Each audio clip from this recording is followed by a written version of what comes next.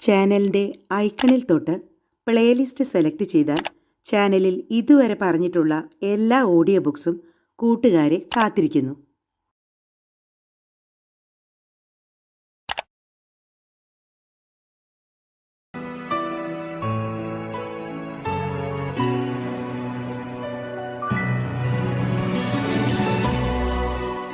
മികച്ച ആസ്വാദനത്തിനായി ഇയർഫോണുകൾ ഉപയോഗിക്കുക. എല്ലാ കൂട്ടുകാർക്കും കോഫി ടൈം ഓഡിയോ ബുക്കിലേക്ക് സ്വാഗതം. ഇന്ന് കൂട്ടുകാർക്ക് വേണ്ടി അവതരിപ്പിക്കുന്നത് ഫ്രഞ്ച് സാഹിത്യകാരനായ മോപ്പസാങ് രചിച്ച ദ ഹാൻഡ് അഥവാ ആ കൈ എന്ന കഥയാണ്. മജിസ്ട്രേറ്റായ മോൺഷിയർ ബെർമൂഷയുടെ ചുറ്റും ഒരു ജനക്കൂട്ടം തന്നെ ഉണ്ടായിരുന്നു. ഭയാനകമായ സെന്റ് ക്ലൗഡ് സംഭവത്തെക്കുറിച്ചുള്ള അഭിപ്രായം പറയുകയായിരുന്നു അദ്ദേഹം. 1 മാസത്തോളം പാരീസിലെ സംസാര വിഷയമായിരുന്ന വിവരണാതീതമായ സംഭവം. അതിൻ്റെ തലയും വാലും തിരിച്ചറിയാൻ ആർക്കും തന്നെ കഴിഞ്ഞിരുന്നില്ല. തീക്കുണ്ടത്തിന് പുറംതിരിഞ്ഞുകൊണ്ട് മോൺഷിയർ ബെർമൂഷെ സംസാരിച്ചുകൊണ്ടേയിരുന്നു. തെളിവുകൾ നിരത്തി എല്ലാ വിശദാംശങ്ങളും നിവർത്തിവെച്ചെങ്കിലും ഒരു തീരുമാനത്തിലും എത്താനായില്ല. പല വനിതകളും കസാരകളിൽ നിന്നെഴുന്നേറ്റ് അദ്ദേഹത്തിൻ്റെ കൂടുതലടുത്തേക്ക് ചെന്നു.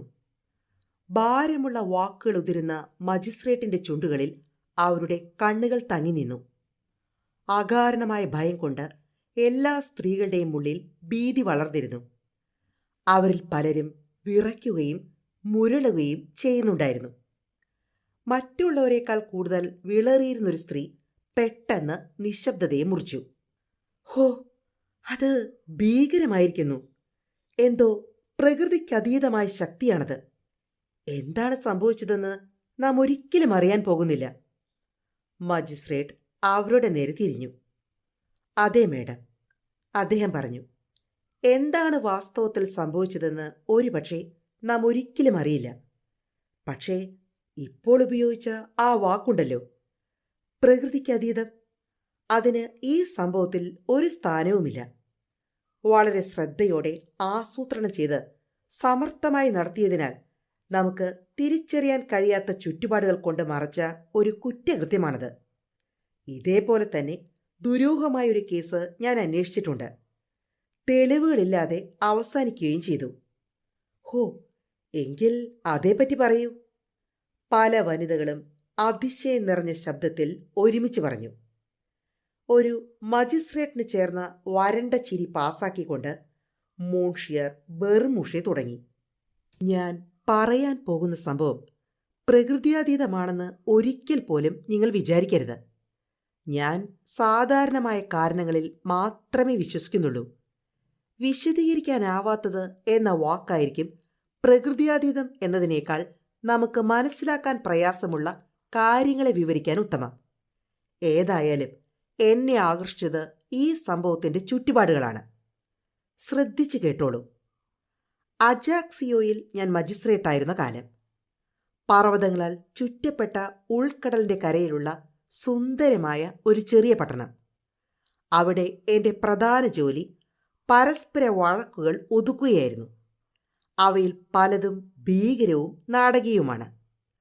പകയുടെ ഒരിക്കലും അടങ്ങാത്ത വെറുപ്പിൻ്റെ, കൊലപാതകങ്ങളുടെ, കൂട്ടക്കൊലകളുടെ, എല്ലാത്തിനുമുപരി ശൂരത നിറഞ്ഞ കഥകളാണവ. 2 വർഷത്തേക്ക് രക്തത്തിൻ്റെ വിലയെക്കുറിച്ച് മാത്രമായിരുന്നു ഞാൻ ചിന്തിച്ചത്. തെറ്റ് ചെയ്ത ആളോട് മാത്രമല്ല, അവൻ്റെ സന്താന പരമ്പരകളോടും ബന്ധുക്കളോടും കൂടി കോർസിക്കൻ പാരമ്പര്യത്തിനനുസൃതമായി പക വീട്ടുന്ന ഭീകരകഥകൾ. ഒരു കിഴവനെ എനിക്കറിയാം. കുട്ടികളെയും അകന്ന ബന്ധുക്കളെയും കൂട്ടി കഴുത്ത് മുറിച്ചു കളഞ്ഞ ആൾ. എൻ്റെ തലയിലാകെ ഇത്തരം കഥകളായിരുന്നു. കടൽക്കരയിൽ കുറേ വർഷങ്ങളായി ഒരു ചെറിയ വീട് വാടകയ്ക്കെടുത്തിരുന്ന ഒരു ഇംഗ്ലീഷുകാരനെക്കുറിച്ച് ഒരു ദിവസം ഞാൻ കേട്ടു. അയാളുടെ കൂടെ ഫ്രഞ്ചുകാരനായ ഒരു വേലക്കാരനുമുണ്ടായിരുന്നു. മാർസീസിൽ വെച്ച് ഇംഗ്ലീഷുകാരൻ്റെ കൂടെ കൂടിയ ആൾ. ഈ വിചിത്ര മനുഷ്യനെക്കുറിച്ച് ആളുകൾ പലതും പറയാറുണ്ടായിരുന്നു. ഒറ്റയാൻ, മീൻ പിടിക്കാനും പക്ഷികളെ വെടിവെക്കാനും മാത്രം പുറത്തേക്കിറങ്ങുന്ന ആൾ. ആരോടും സംസാരിക്കില്ല. പട്ടണത്തിലേക്ക് വരാറേയില്ല. മാത്രമല്ല, രാവിലെ 1-2 മണിക്കൂറോളം കൈത്തോക്കും തോക്കും ഉപയോഗിച്ച് പരിശീലനം നടത്താറുമുണ്ട്. അയാളെക്കുറിച്ചുള്ള കഥകൾ വളർന്നുകൊണ്ടേയിരുന്നു. ചിലർ പറയും അയാളൊരു പ്രശസ്ത വ്യക്തിയാണെന്ന്, രാഷ്ട്രീയ കാരണങ്ങളാൽ രാജ്യം വിട്ട് കഴിയുകയാണെന്ന്. മറ്റു ചിലർ പറയും എന്തോ ഭീകര കുറ്റം ചെയ്തിട്ട് ഒളിച്ചു കഴിയുകയാണെന്ന്. കുറ്റകൃത്യത്തിന്റെ ഭീകരതയെക്കുറിച്ചും ചിലർ പറയാറുണ്ട്. മജിസ്ട്രേറ്റ് എന്നുള്ള രീതിയിൽ സ്വാഭാവികമായും ഈ മനുഷ്യനെക്കുറിച്ച് കൂടുതൽ അറിയാൻ ഞാൻ ശ്രമിച്ചു. പക്ഷേ അയാളുടെ പേര് സർ ജോൺ റോവൽ എന്നാണ് എന്നതിൽ കൂടുതൽ എനിക്കൊന്നും തന്നെ മനസ്സിലാക്കാൻ കഴിഞ്ഞില്ല.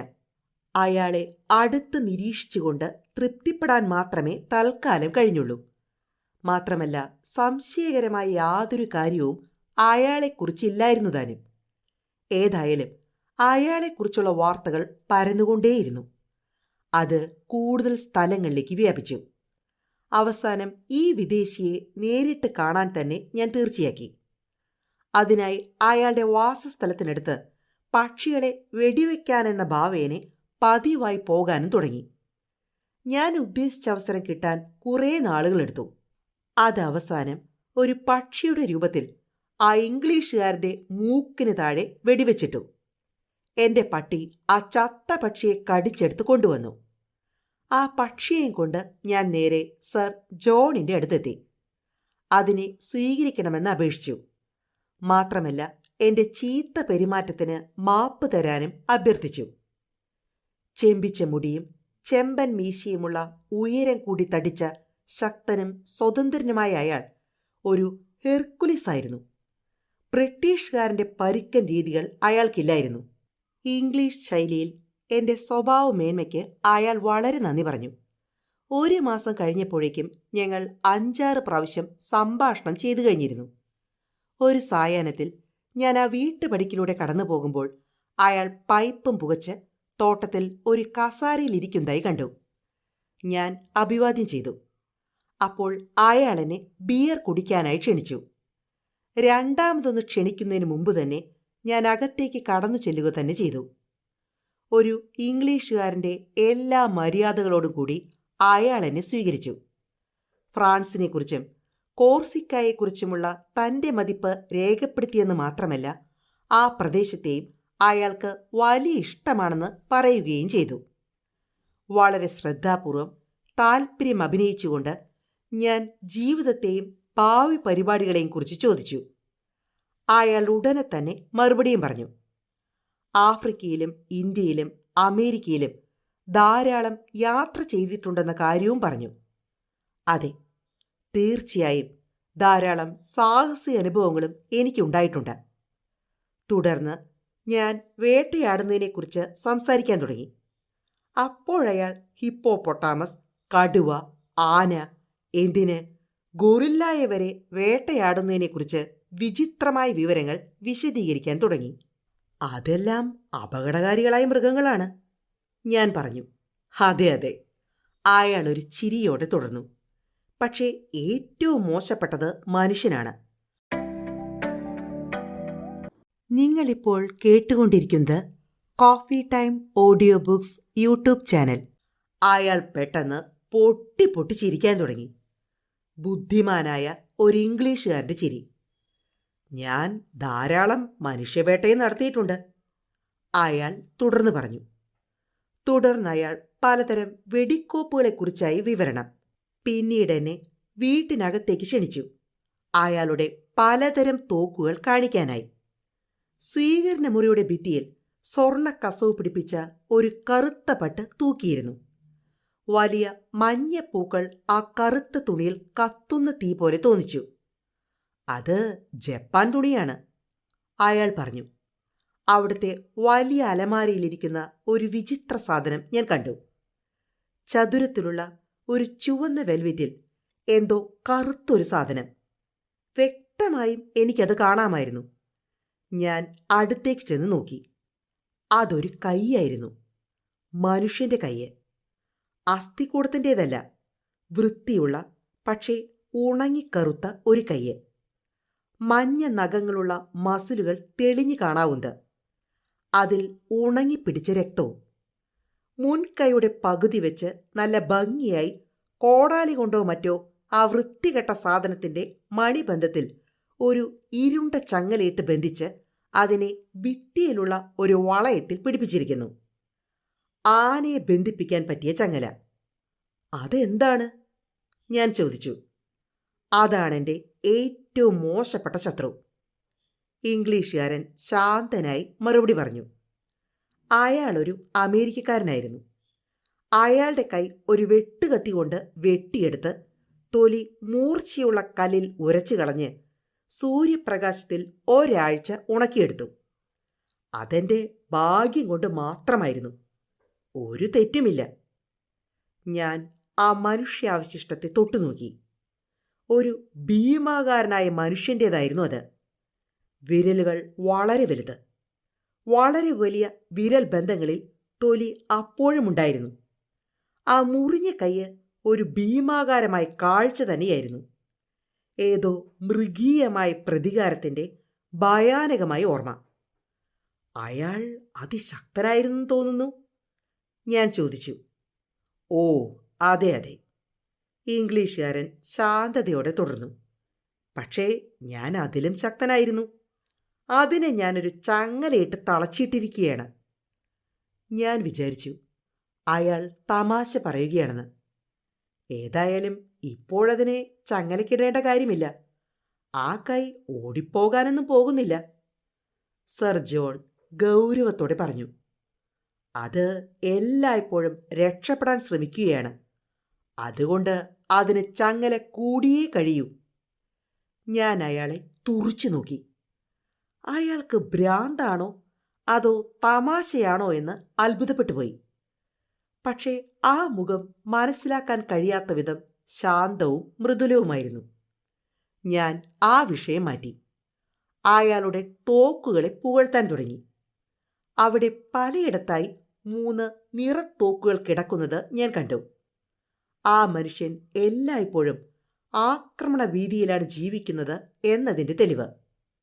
ഞാൻ പിന്നെയും പല പ്രാവശ്യം അയാളെ കണ്ടു. പിന്നീട് അവിടെ നിർത്തി. പൊതുജനങ്ങളും അയാളെ അംഗീകരിച്ചു തുടങ്ങിയിരുന്നു.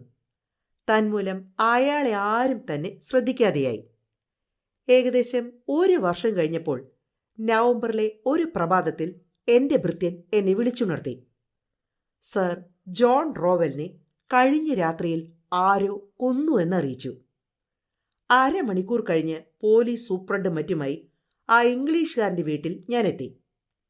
സർ ജോണിൻ്റെ വേലക്കാരൻ പുറം വാതിലിൽ കരഞ്ഞുകൊണ്ട് മിണ്ടാനാവാതെ നിൽപ്പുണ്ട്.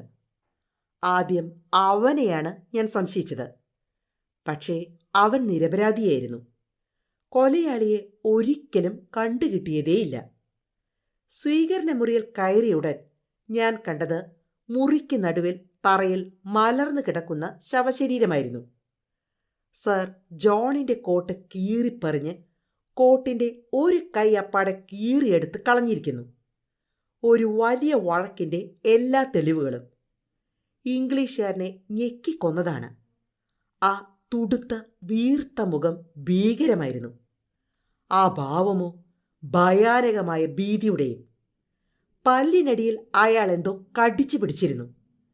കഴുത്തിൽ ഇരുമ്പാണികൾ കൊണ്ട് തുളച്ചതുപോലെ 5 തുളകൾ വ്യക്തമായും കാണാമായിരുന്നു. ഞങ്ങളോടൊപ്പമുണ്ടായിരുന്ന ഡോക്ടർ ആ ശരീരം വിശദമായി പരിശോധിച്ചു. മരിച്ചാളിൻ്റെ കഴുത്ത് മറ്റും പരിശോധിച്ചിട്ട് അയാൾ വിചിത്രമായ വാക്കുകളാണ് പറഞ്ഞത്. ഒരു അസ്ഥികൂടം ഞെക്കിക്കൊന്നതുപോലെയാണ് തോന്നുന്നത്. എൻ്റെ നാഡികളിൽ ഒരു വിറയൽ പോലെ തോന്നി. ഞാൻ ആ ഭിത്തിയിലേക്ക് നോക്കി. വെട്ടിമുറിച്ച കൈ ഇരുന്ന സ്ഥാനത്തേക്ക്. ആ കൈ അവിടെ കാണാനേയില്ലായിരുന്നു. ചങ്ങല പൊട്ടി തൂങ്ങിക്കിടന്നിരുന്നു. ഞാൻ ആ ശവശരീരത്തിൽ കുനിഞ്ഞു നോക്കി. കടിച്ചു പിടിച്ച പല്ലിനിടയിൽ കാണാതായ കൈയിലെ വിരലിൻ്റെ ഒരു കഷ്ണമിരിക്കുന്നു.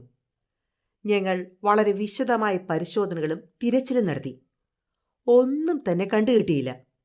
വാതിലോ ജനലോ ഒന്നും തുറന്നിട്ടില്ല. ഒരു ഫർണിച്ചറും ആരും തൊട്ടിട്ട് പോലുമില്ല. അവിടുത്തെ 2 കാവൽ നായ്ക്കളും ഒന്നും അറിയാതെ ആ രാത്രിയിൽ ഉറങ്ങിയിരുന്നു. ആ ഭൃത്യന്റെ വാക്കുകളിലാണ് കുറെ തെളിവുകൾ ഉണ്ടായിരുന്നത്. കഴിഞ്ഞ 1 മാസമായി അവന്റെ യജമാനൻ വളരെ അസ്വസ്ഥനായിരുന്നു പോലും. അയാൾക്ക് ധാരാളം കത്തുകൾ കിട്ടിയിരുന്നു. അവയെല്ലാം കിട്ടിയാലുടൻ കത്തിച്ചു കളയും. പലപ്പോഴും ചാട്ടയെടുത്ത് ഒരു ഭ്രാന്തനെ പോലെ അയാൾ ആ ഭിത്തിയിൽ തളച്ചിട്ടിരുന്ന കൈയിൽ അടിക്കുമായിരുന്നു. ആ കൈയാണ് അതിശയകരമായി അപ്രത്യക്ഷമായത്. രാത്രിയിൽ ഏറെ താമസിച്ചാണ് അയാൾ ഉറങ്ങിയിരുന്നത്. മുറി ഭദ്രമായി അടച്ചുപൂട്ടും. എല്ലായ്പ്പോഴും നിറത്തോക്ക് അടുത്ത് തന്നെ സൂക്ഷിക്കുമായിരുന്നു. രാത്രിയിൽ പലപ്പോഴും ഉച്ചത്തിൽ ആരോടോ വഴക്കിടുന്നതുപോലെ അയാൾ സംസാരിക്കാറുണ്ടായിരുന്നു പോലും. സംഭവ ദിവസം രാത്രി ഏതായാലും അയാൾ നിശബ്ദനായിരുന്നു. ഭൃത്യൻ രാവിലെ ജനാല തുറക്കാൻ ചെന്നപ്പോഴാണ് സർ ജോൺ റോവർ കൊല ചെയ്യപ്പെട്ടതായി കണ്ടത്. ഈ കൊല നടത്തിയ ആളെക്കുറിച്ച് യാതൊരു രൂപവും അയാൾക്കില്ലായിരുന്നു. ഏതായാലും ആ വീട് മുഴുവൻ വിശദമായി അന്വേഷിച്ചുവെങ്കിലും ഒരു ഗുണവും ഉണ്ടായില്ല. ഈ സംഭവത്തിന് ശേഷം 3 മാസം കഴിഞ്ഞ് ഒരു ദിവസം രാത്രി ഞാനൊരു ഭീകര സ്വപ്നം കണ്ടു. ഭയാനകമായ ആ മുറിഞ്ഞ കൈ ഒരു തേളിനെ പോലെ, ചിലന്തിയെ പോലെ ഭിത്തിയിലും കർട്ടനിലുമെല്ലാം ഇഴഞ്ഞു നടക്കുന്നതായി തോന്നി. 3 പ്രാവശ്യം ഞാൻ ഞെട്ടി ഉണർന്നു. വീണ്ടും ഉറങ്ങി. 3 പ്രാവശ്യവും ആ ഭീകരാവശിഷ്ടം എൻ്റെ മുറിയുടെ ചുറ്റും ഓടി നടക്കുന്നതായി ഞാൻ കണ്ടു, വിരലുകൾ കാലുകളായി ഉപയോഗിച്ച്. അടുത്ത ദിവസം രാവിലെ ആ ഭയാനകമായ സാധനം ഒരാൾ എൻ്റെ അടുത്തേക്ക് കൊണ്ടുവന്നു. അത് സെമിത്തേരിയിൽ സർ ജോണിന്റെ ശവകുടീരത്തിൽ ഇരിക്കുന്നതായി കണ്ടുപോലും. അതിൻ്റെ ചൂണ്ടുവിരൽ നഷ്ടപ്പെട്ടിരുന്നു. മാന്യ വനിതകളെ, ഇതാണ് ഞാൻ പറയാൻ ഉദ്ദേശിച്ച കഥ. ആ സംഭവത്തെക്കുറിച്ച് എനിക്കറിയാവുന്നത് ഇത്രയുമാണ്. സ്ത്രീകളാകെ വിളറി വിറച്ച് ഭയപ്പെട്ടു കഴിഞ്ഞിരുന്നു. ഒരാൾ അതിശയപ്പെട്ടു. കഥ അവസാനിപ്പിക്കുന്നത് ഇങ്ങനെയല്ല. താങ്കൾ യാതൊരു വിശദീകരണവും തന്നില്ല. ആ സംഭവത്തിന് പറ്റിയ ഒരു തത്വം താങ്കൾ പറഞ്ഞില്ലെങ്കിൽ ഞങ്ങൾക്കിനി ഉറങ്ങാൻ കഴിയില്ല. മജിസ്ട്രേറ്റ് ഒരു വരണ്ട ചിരി പാസാക്കി.